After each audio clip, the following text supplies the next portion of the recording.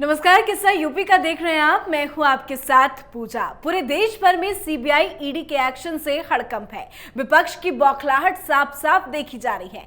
एक एक कर भ्रष्ट नेताओं की पोल पट्टी खुलती जा रही है। अब सीबीआई उत्तर प्रदेश में भी बड़े एक्शन की तैयारी में है और सीबीआई के रडार पर सपा बसपा से जुड़े कई नेता हैं। उत्तर प्रदेश में भी ऐसे कई घोटाले हैं जिनकी जांच सीबीआई में चल रही है और पिछली सरकारों के कई मंत्री और चहेते आईएएस अधिकारियों की गर्दन फंसी हुई है। तो वो कौन कौन से घोटाले हैं जिस पर अब सीबीआई और ईडी का हंटर चलेगा, आज इसी किस्से पर चर्चा करेंगे। बातचीत के लिए मेरे साथ स्टूडियो में मौजूद हैं कैपिटल टीवी के सीनियर एडिटर राजीव जी। राजीव जी, बहुत बहुत स्वागत है आपका। धन्यवाद। पूरे देश भर में सीबीआई और ईडी का एक्शन देखा जा रहा है, अब उत्तर प्रदेश की बारी है क्या? देखिए, उत्तर प्रदेश में अब अखिलेश यादव की बारी है। जिस तरीके से अखिलेश यादव के घोटाले सामने आए हैं और पिछले दिनों जो लगातार सीबीआई के छापों में अलग अलग लोगों का नाम आया है, उसमें अखिलेश यादव का नंबर आने वाला है। क्योंकि छापेमारी जब होती है तो पहले नीचे के लोग जो डायरेक्ट इन्वॉल्व होते हैं उन लोगों को पकड़ा जाता है, तो वहाँ से सबूत मिलते हैं और फिर सीबीआई आगे की जांच करती है। फिर आगे यानी कि ऊपर में बैठे हुए लोग जो सरकार चला रहे हैं, सत्ता जिनके हाथों में होती है, उनका कहीं न कहीं कनेक्शन दिखाई पड़ता है। उत्तर प्रदेश में भी कुछ ऐसा ही होने वाला है। गोमती रिवर फ्रंट घोटाले में करीब 1600 करोड़ का प्रोजेक्ट था, 1553 करोड़, जो करीब करीब 1600 करोड़ की बात कर सकते हैं, उतने का प्रोजेक्ट था। और 2015 में ये प्रोजेक्ट आया था, अखिलेश यादव की सरकार थी। इस मामले में 2017 में जब भारतीय जनता पार्टी की सरकार आई और उसके बाद योगी आदित्यनाथ सीएम बने, तो इसके खिलाफ जो पहले से हंगामा चल रहा था कि इसमें बड़े उलटफेर हुए हैं।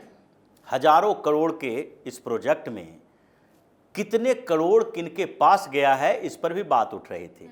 साथ में पर्यावरण वन मंत्रालय के क्लियरेंस की बात उठ रही थी कि किस तरीके से पेड़ों को काटा गया, वो भी प्रोजेक्ट के ऊपर सवाल खड़े किए जा रहे थे। तो सारी चीज़ों की जांच की गई और उसके बाद सबसे बड़ा मामला आया कि जो गोमती रिवर फ्रंट पार्क बनाया गया था करीब 400 समथिंग करोड़ का, उसमें बहुत सारे ऐसे मामले शुरुआती दौर के जिसमें कई इंजीनियर्स के भूमिका थी घोटाला को सामने लाने के लिए।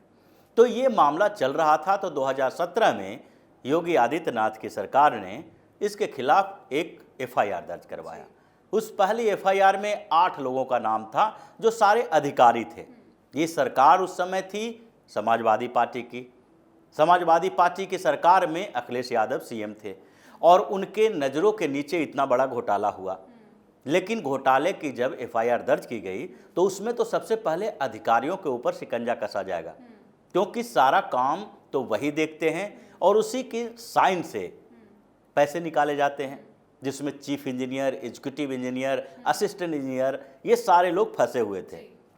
जब एफआईआर दर्ज की गई और जो राज्य पुलिस को, इकोनॉमिक ऑफेंस डिपार्टमेंट जो है, इन लोगों को शुरुआती दौर में कुछ ऐसे सबूत मिले जिससे लगने लगा कि ये घोटाला कोई सामान्य घोटाला नहीं है। इसमें 1-2 लोग शामिल नहीं हैं, बल्कि इसका जाल बड़ा फैला हुआ है और किसी एक स्टेट में कारोबार इन लोगों का नहीं है, बल्कि 2-3 स्टेट तक इसका जाल फैला हुआ है।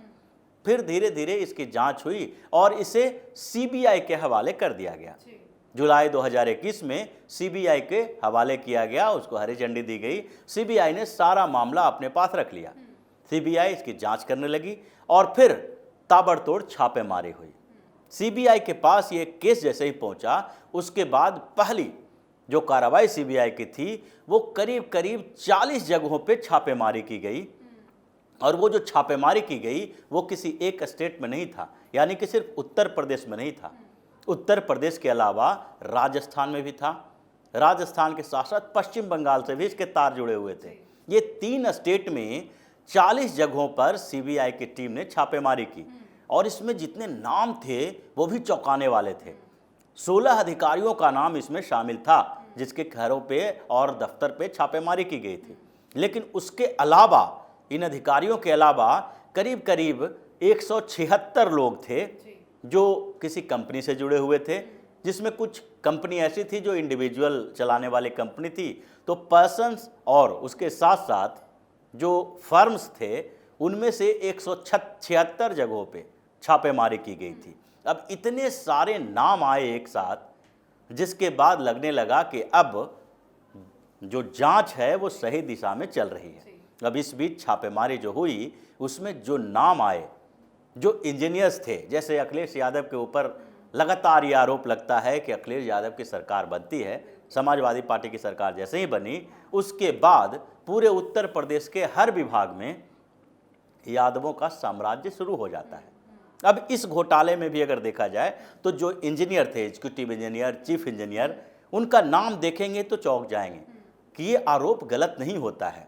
ऐसा नहीं है कि सिर्फ पुलिस विभाग में ऐसी स्थिति होती है। पुलिस विभाग चूंकि प्रशासन का काम देखती है, रोजमर्रा की चीज़ें देखती है और थाने में लोगों को नज़र होती है, तो उसमें दिखाई देता है कि इतने प्रशासनिक अधिकारी हैं, इतने एसएचओ हैं वो यादव हैं, हर थाने में दिखाई पड़ेगा, पुलिस वाले दिखाई पड़ेंगे। लेकिन इस घोटाले के में जो नाम आए हुए हैं, इंजीनियर्स की लिस्ट है, वो भी सारे यादव ही हैं ज़्यादातर। अगर 16 नाम है तो उसमें से देखिए शिव मंगल यादव, जीवन राम यादव, रूप सिंह यादव, राजकुमार यादव जो चीफ इंजीनियर थे, उसके साथ मनोज यादव, अरविंद सिंह यादव, सुशील कुमार यादव, ये सारे यादवों का साम्राज्य है जो इस घोटाले में भागीदार थे। अब इन यादवों के लिस्ट में अगला नाम तो अखिलेश यादव का ही आने वाला है, क्योंकि जो घोटाला हुआ और उसमें अभी तक जो सबूत मिले हैं, तो engineer, chief engineer, executive engineer, assistant engineer, ये सारे मिलके सैकड़ों करोड़ रुपया नहीं खा सकता। इनका एक कमीशन होता है जो लाख में हो सकता है, बहुत ज़्यादा हुआ तो किसी एक प्रोजेक्ट में 50 लाख से 1 करोड़ रुपया कमा लेंगे, 1-2 करोड़ रुपए की संपत्ति इकट्ठा कर लेंगे। लेकिन अगर इस विभाग में इतना ज़्यादा घोटाला हो रहा है, इतना बड़ा प्रोजेक्ट है, तो क्या उस समय के सीएम सोए हुए थे?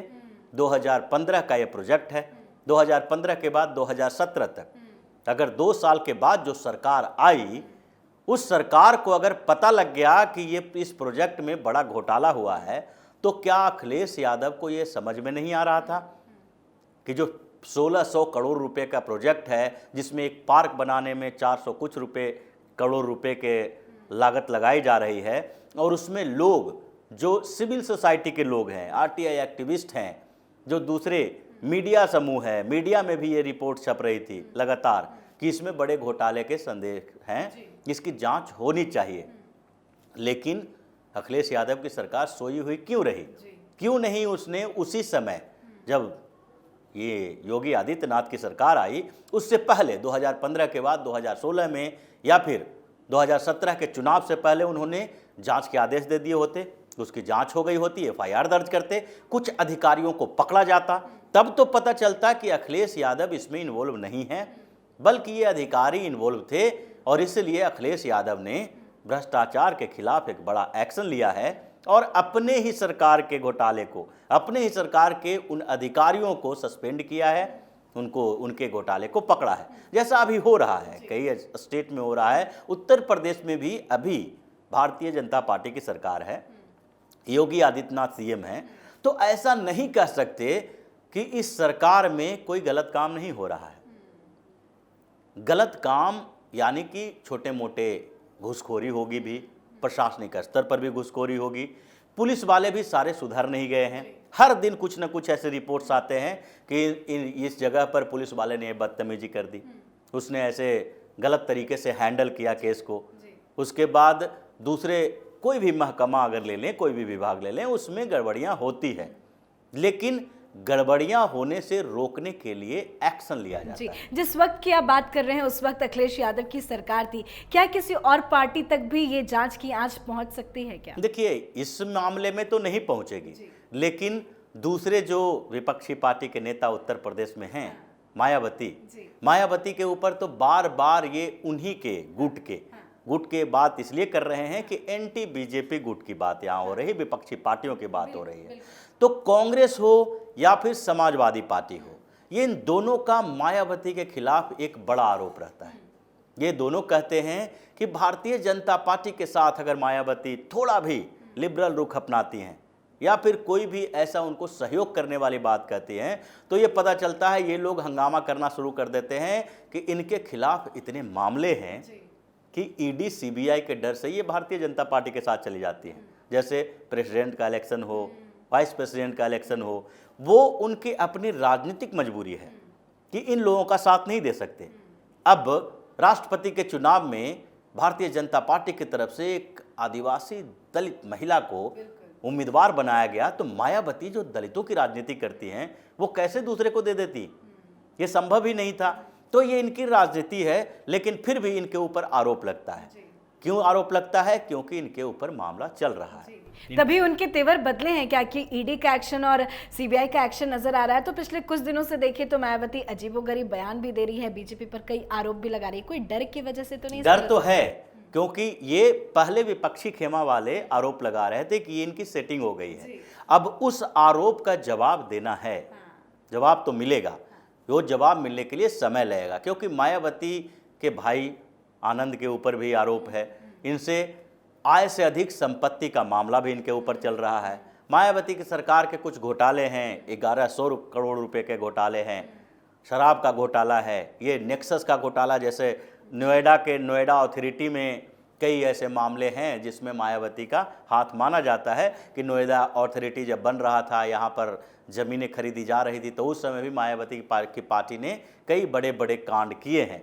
पोंटी चड्डा का मामला था। तो ये उनके नेक्सस को खंगाला जा रहा है।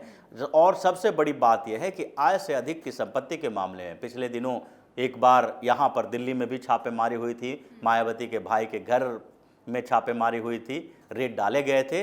तो उनके ऊपर भी मामले हैं जो खुलेंगे।